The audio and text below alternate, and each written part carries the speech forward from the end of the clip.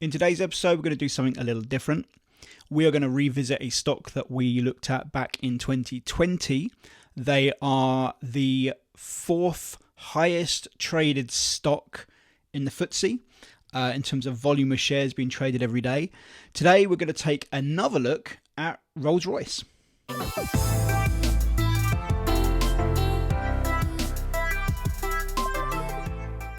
Hey there guys, welcome to the FTSE Show episode number 62, the show dedicated to the analysis of UK FTSE stocks. Today we're going to take a look at Rolls-Royce PLC. Before we dive into something a little bit different today, if you are an investor interested in the analysis of UK stocks, be sure to subscribe to the channel. We're going to be doing a FTSE Show every week now on a different company, and if that's something that interests you, if you think it would add value to you in some way, please subscribe to the channel and please give this video a like. So we're going to do something a bit different today. We're going to start doing less of me on camera, more of the actual detail and more of the information. I think that it's going to speed up the videos. I think they're going to probably be quicker and it's just a bit better to look at rather than my ugly mug. So let's dive in.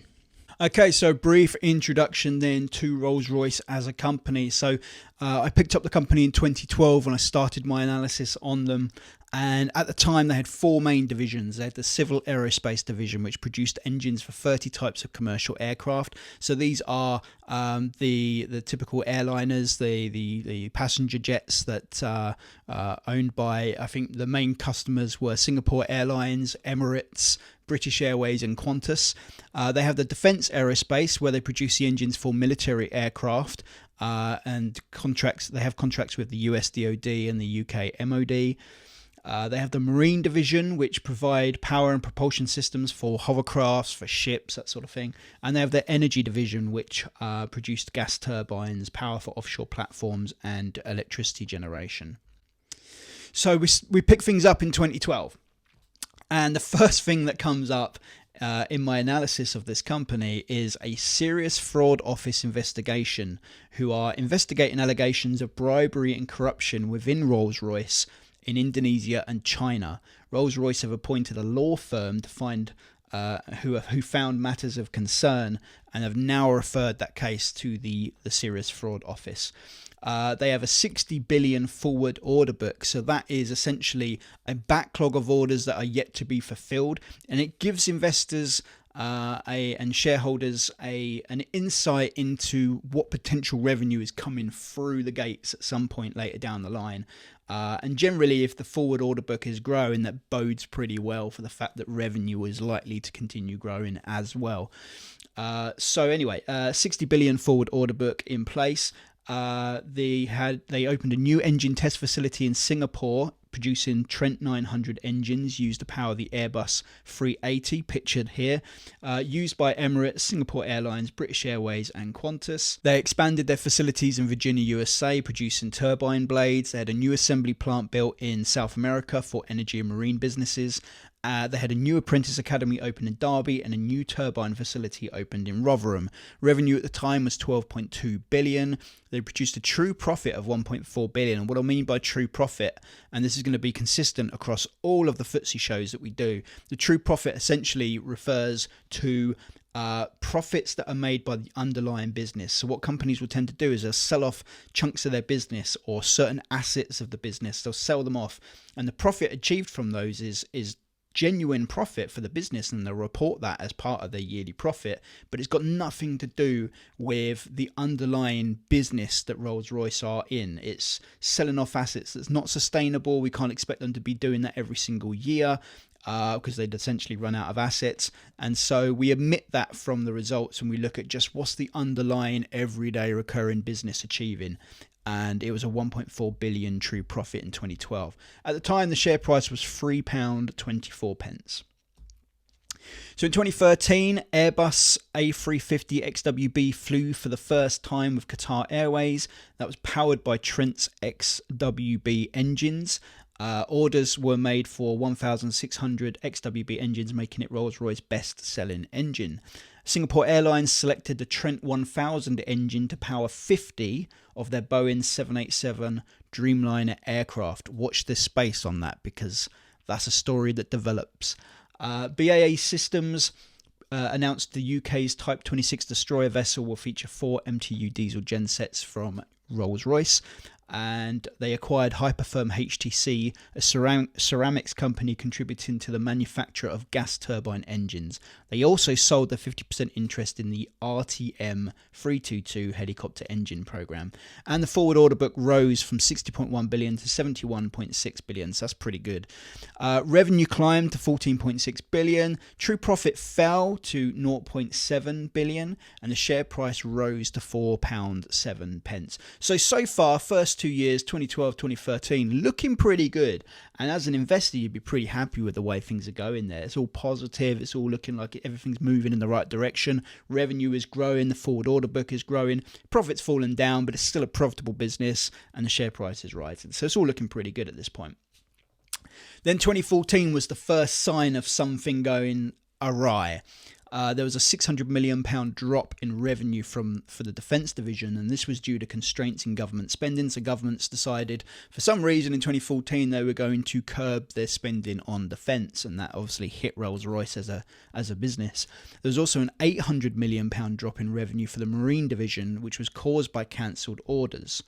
So both these things are something that really Rolls-Royce didn't have much control over. But obviously it's hit them hard in terms of their profits. 200 million rise in revenue for the civil aerospace division. This was the only division that saw any growth that year. So it was a bad year for Rolls-Royce. But again, not necessarily of their making. Not much they could do about that. But nonetheless, still a bad year. The board paid a higher than usual dividend that year to try and reassure shareholders in light of the poor financial performance. They divested their energy division and sold it to Siemens. So revenue fell to 13.7 billion. True profits were a loss of 0.2 billion that year. Share price fell to £3.06. So that was the first year where, they didn't have much control over what happened, but it still wasn't a good year for Rolls-Royce. Then in 2015, the board announced that Rolls-Royce is now a business in transition. As it manages various challenges, also admitted that costs have been allowed to grow in an unsustainable way, which is not information you generally want to hear from your board. But at least they're honest, at least they're upfront. £400 million drop in the revenue for the marine division. So that's on top of what was lost last year. So they are now, the marine division was now down 1.2 billion since 2013 in revenue. So it's a huge significant drop in revenue for that particular division. The board announced a significant cost reduction program. The board halved the dividend to help support company restructure. So that's generally not going to go down very well with investors. The serious fraud office bribery and corruption investigation remained ongoing. So that hadn't gone away. And they received the bad news that Airbus decided to transition away from using the Trent 700 engines, causing a knock-on effect to demand and the pricing of these engines. Concerns were also raised by shareholders regarding poor accounting. This was addressed by the board by trying to provide more simpler accounts. The board announced that 2,600 jobs were going as part of the significant cost reduction program they were putting into place.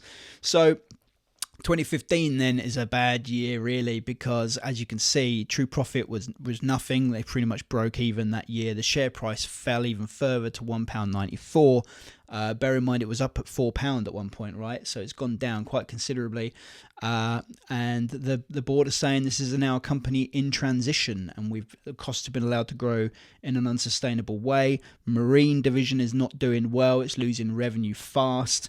They've announced a cost reduction program, and they've had to halve the dividend. So there's loads of issues going on here. Airbus are no longer using Trent 700 engines. This has caused a knock-on effect to demand. This is all bad. They've axed 2,600 jobs. There's concerns about the accounting, it's like a disaster. So yeah, 2014 was a bad year, not of their making. 2015 sounds like it's a bad year of their making. So it's two bad years in a row here. Then in 2016, the investigation into corruption and bribery led to a £671 million fine for Rolls-Royce, which had a significant impact in the profit or the loss made that year.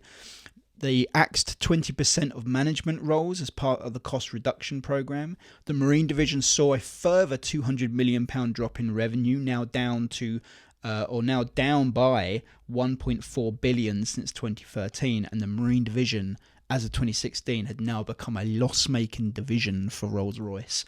So yeah, things moving in absolutely the wrong direction there. The board advised that the poor financial position means that there would be no dividend again, and the board forecasted long-term growth opportunities for Marine, but short-term challenges await. The company made a loss of 4.1 billion in 2016. So, the fine obviously played its part in that. The drop in revenue for the Marine division, which was now loss-making, played its part in that. And the significant cost reduction program costs money, generally speaking. Any kind of restructure ends up costing them a lot of money. And this is a big business, so it's going to cost a lot of money to make a lot of changes like that. And in the end, they lost 4.1 billion, which is very damaging, unfortunately. And the share price went up over 2016 despite this information. So, how fickle the markets are. In 2017, things unfortunately got worse. Singapore Airlines and Emirates raised some issues with the Trent 1000 engines. These problems were being investigated by Rolls-Royce. They expected to have a significant impact on costs in order to minimize customer disruption, and there was going to be an increase in maintenance required. Again, watch this space because this story transpires over the forthcoming years. Rolls-Royce enters into a deferred prosecution agreement with the UK Serious Fraud Office following the investigation and the fine that they paid the previous year. The board admitted that it needed to rebuild trust and that more needed to be done. The board advised that only £200 million had been saved in their cost reduction program and admitted that costs still remain too high. They therefore plan to merge 5 divisions into 3 in order to achieve further cost savings in the following year. Despite this information, revenue did okay at 14.7 billion. The true profits actually went up to 2.6 billion. So instead of making a loss, they made a profit. And the share price rose slightly, back up to just shy of £3 a share. So bad news coming out in 2017, but I think at this point, we didn't quite know how bad it was. So we knew about this issue with the Trent 1000 engines, but we didn't really know what was going to happen with this. And as you'll find out in the next slide, it wasn't good. So in 2018, the company restructure saw the Marine division, which had been doing really badly the past couple of years, broken up between the power and the defence divisions. And sometimes I'm quite cynical, but sometimes I think when I see failing divisions and they're having to report that every year that this company is just losing more money, what they tend to do is they tend to break these companies up and put them into different divisions where they no longer then have to report on the results of the Marine division because there is no Marine division. And they can kind of hide those losses amongst other divisions. That might just be me being cynical, but I think that's what's going on. They also had a nuclear division, which they've moved into the power division. This is part of the entire company restructure. They created a new division called ITP Aero, which serviced regional airlines, business aviation, helicopters, stuff like that. The issue with the Trent 1000 engines in the Boeing 787 Dreamliner was now being described in 2018 as a major issue. There were 9 separate issues that had been found with the engine. Bear in mind that Singapore Airlines adopted these engines and put them in 50 of their Boeing 787 Dreamliner aircraft. The problem had cost, at this point in 2018, it had cost Rolls-Royce over £1 billion. So a major issue and very, very costly for the business. Emirates' Tim Clark admitted to being irritated by reliability issues at Rolls-Royce and added that they would not commit to ordering more as, quote, there is no stability in Rolls' engine program. I think that's incredibly damning. I think that is damaging to reputation. I think if I was an investor in Rolls-Royce, I would not be wanting to read that.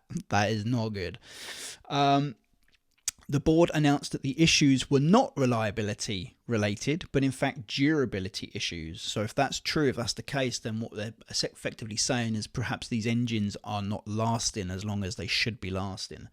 And bear in mind that Singapore Airlines only just adopted these. We're talking engines that are only lasting like a couple of years.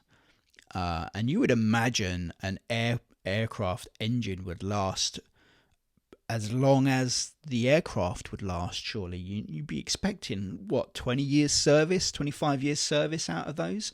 So yeah, that's a big deal if they're only lasting, 2 years, 3 years.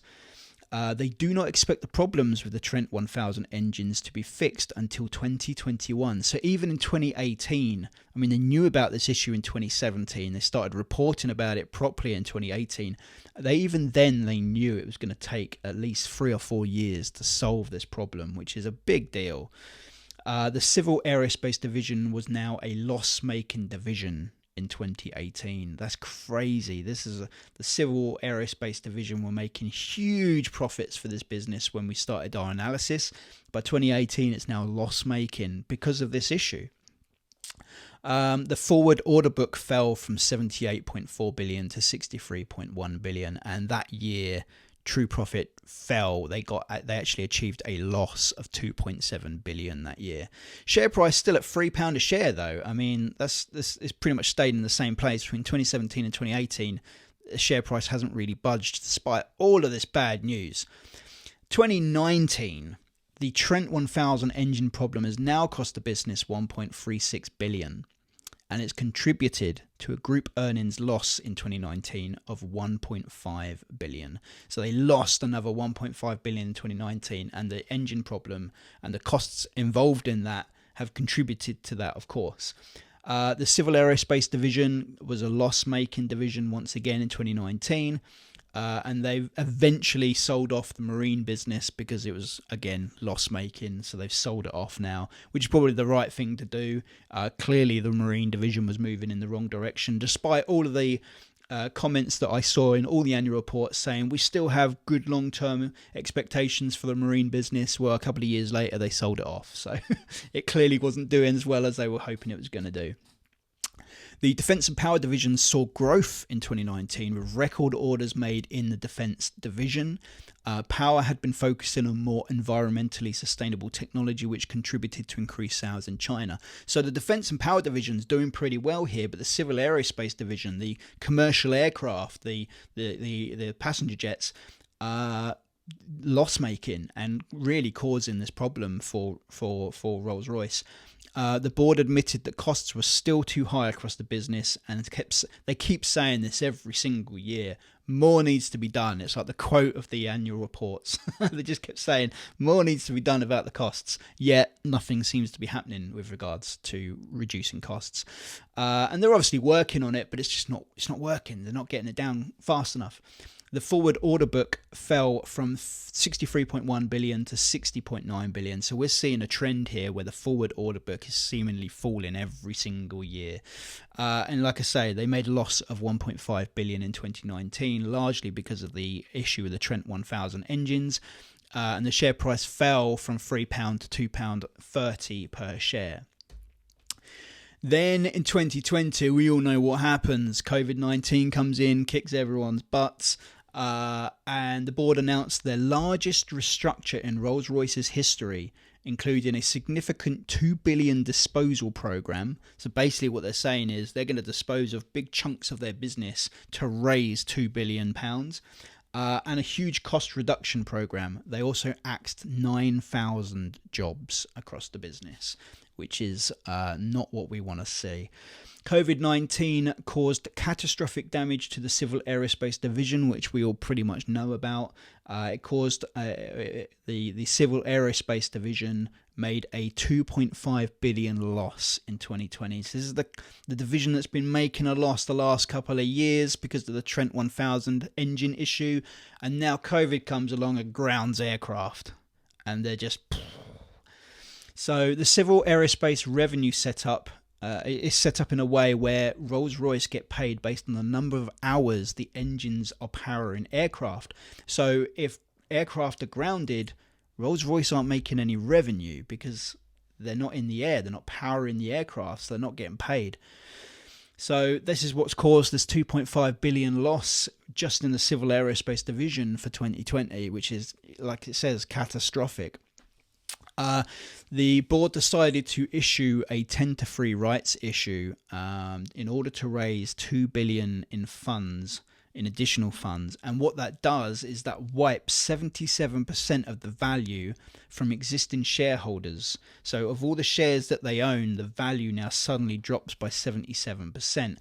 And Rolls-Royce then came along and invited shareholders and urged them, look, buy more shares at 34 pence per share, because the share price is essentially dropped by 77%. Buy more shares to try and protect your original investment. That's what they recommended. The number of shares in circulation immediately rose at that point from 0.9 billion to 8.3 billion.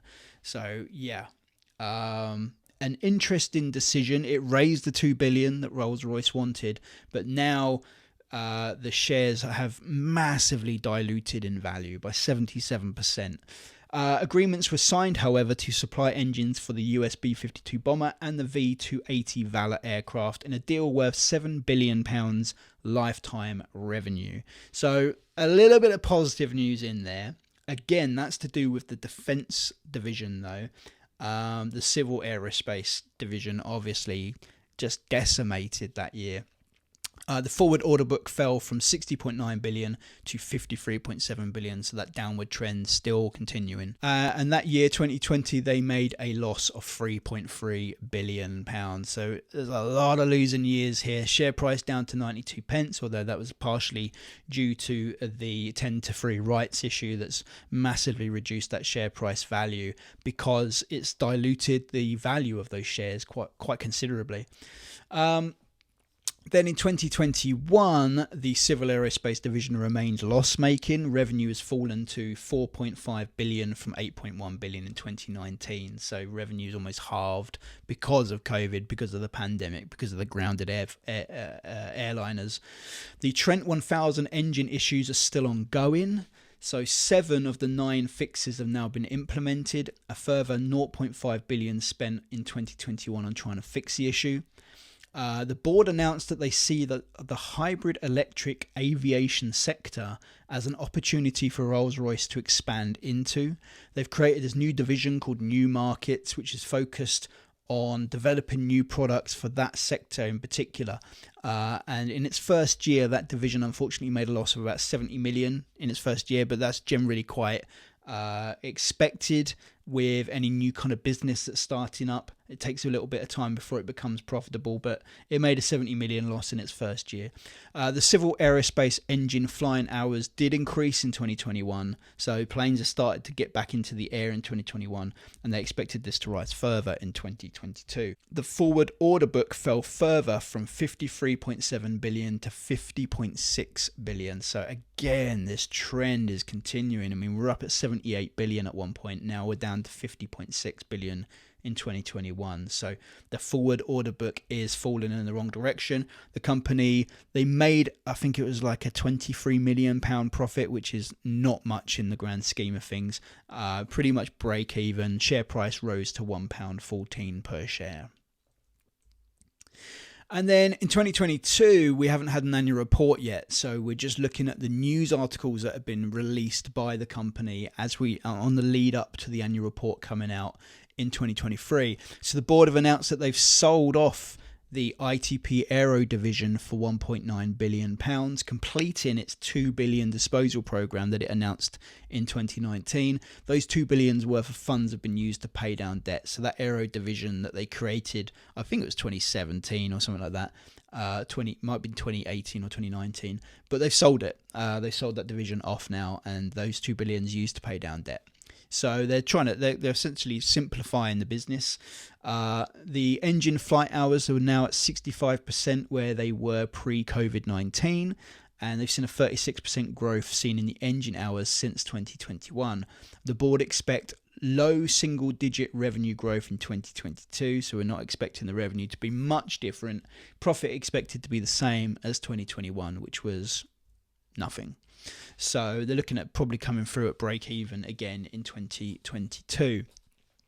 The issue with Trent 1000 engines still ongoing at this time. An update is expected in the next annual report released in 2023. The share price has since fallen back down to 90 pence per share. And that is essentially it. That is the journey so far for Rolls-Royce since 2012. Let's dive into the actual financial figures now and look a little bit deeper and see what's going on. Okay, so on the spreadsheet, as you can see, revenue was climbing quite nicely, and then in 2020 dropped off a cliff essentially, and has been there since due to the civil aerospace department or division being grounded, and the engines weren't in the air, and COVID's obviously had a massive impact on that, and it's knocked revenue down. The big issue I have here long term and traditionally speaking, since 2008, the gross margin just isn't high enough for me. I prefer to invest in companies that have a lot more left over, and this wouldn't turn me off on itself by itself, but there isn't a lot of gross profit being left over. They're keeping about 20% of all the revenue before we've got even taken away a load of the costs. Now, expenses aren't an issue. Expenses haven't been a big deal. Traditionally speaking, about 35-40% of the gross profit being spent on expenses. But and obviously in 2018, 2019, that became a real big issue because they've been pumping a lot of money into fixing the engine problem. So that did increase expenses quite considerably. But we see in 2021 that things have started to get a bit more under control and back down to about 40% of the gross profit. And if we see revenue increase, maybe we won't see the expenses increase quite so much, and we might see that percentage drop down a bit further. But even at 41%, I would be fine with that. The issue I have is with R&D. This is a company that's spending about 35% of its gross profit on R&D. Now that's fine. I mean, it's high, but it's when you've got expenses on top of that and you've got interest on debt to pay, you're not going to be left with anything. And this is a company, Rolls-Royce have to invest in R&D. They have to. They have no choice, because if they don't, they're not going to be able to compete with the likes of General Electric, who they're competing with to supply these engines to these aircraft companies. And they are in direct competition with GE, with General Electric, who also provide these aircraft engines. And so they've got to try and stay ahead of the curve, and that means they've got to pump millions, nearly $1 billion a year into research and development to just stay ahead of the competition or try to compete with the competition. And that's a lot of money. That's 35% of your gross profit being pumped into that. Personally, as an investor, I prefer to look for companies that aren't having to pump a third or over a third of their profits back into research and development. I prefer them not to have to do that personally. And so that's a concern for me. The other concern is the interest on debt is just astronomical. It's huge. They are paying a huge chunk of interest on debt. And if we go and look at the debts, we're probably going to find that they're particularly high right now. The end result of that is the true net earnings are just, they're awful. Most years they make a significant loss. Now we understand the situation with the Trent engines, with obviously the pandemic. These have all had an impact on the business and the profitability of the business. But the fact is they're not making profit.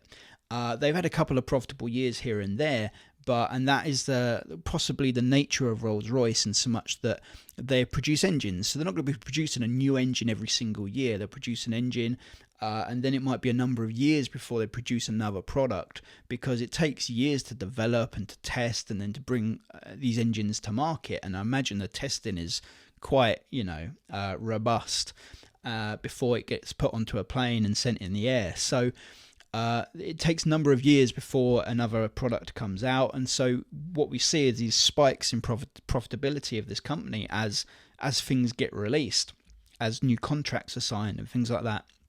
However, if we go back to 2008 and let's say we omit 2019 onwards, okay, we forget about 2019 onwards and the impact of COVID. So 2020, 2021, we'll cut that out. But we can look at 2019 because COVID hadn't happened really at that point. It was October 2019 when it all kicked off. So the best part of the year had already gone through. And certainly aircrafts weren't grounded at that point. So let's go back and we can highlight all of the true net earnings, the true profits from 2008 to 2019. Well, my Excel spreadsheet tells me that that is a loss of 2.3 billion.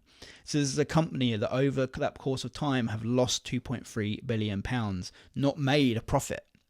Now you add on the damage that's been caused by the pandemic and that becomes exponentially worse.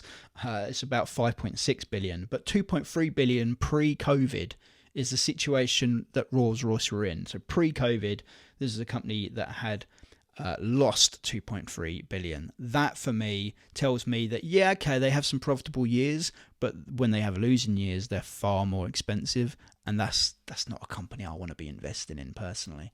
That's not a good sign. The other issue I have is with the debt level.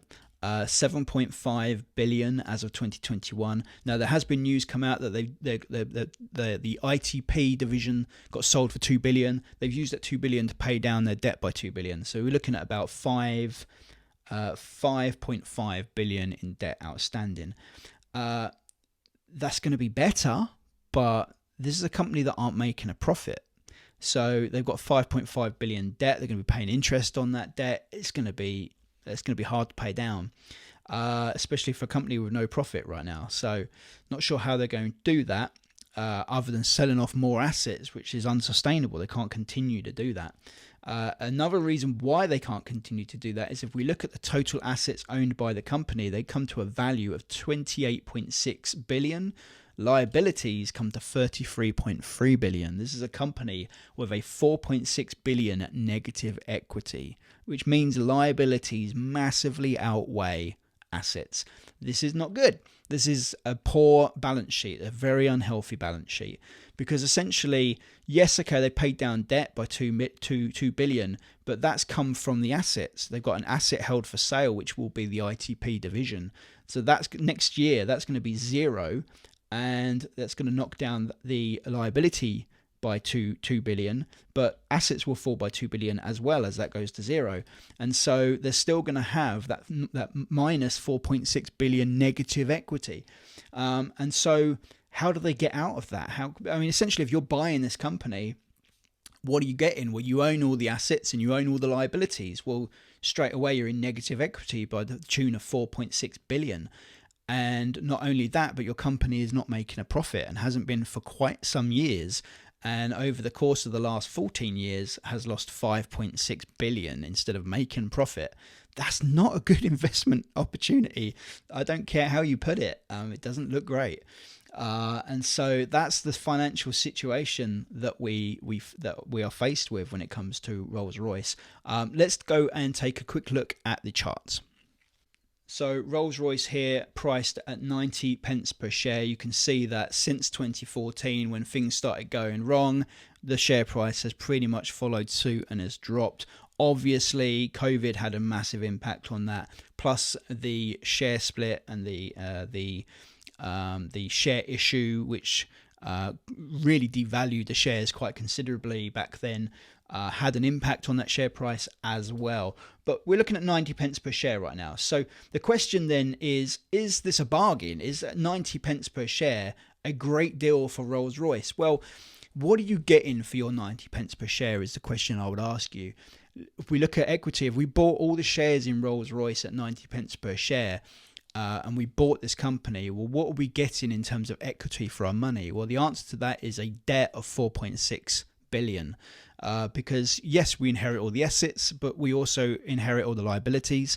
And so we're not in a great position there. If we then divide the equity up per share, we're in a minus figure. So yeah, it doesn't matter how you look at it, 90 pence per share is too expensive. Then we could look at, okay, but what profit are we getting on a per share basis? What earnings are we getting per share? Well, the answer to that is also nothing.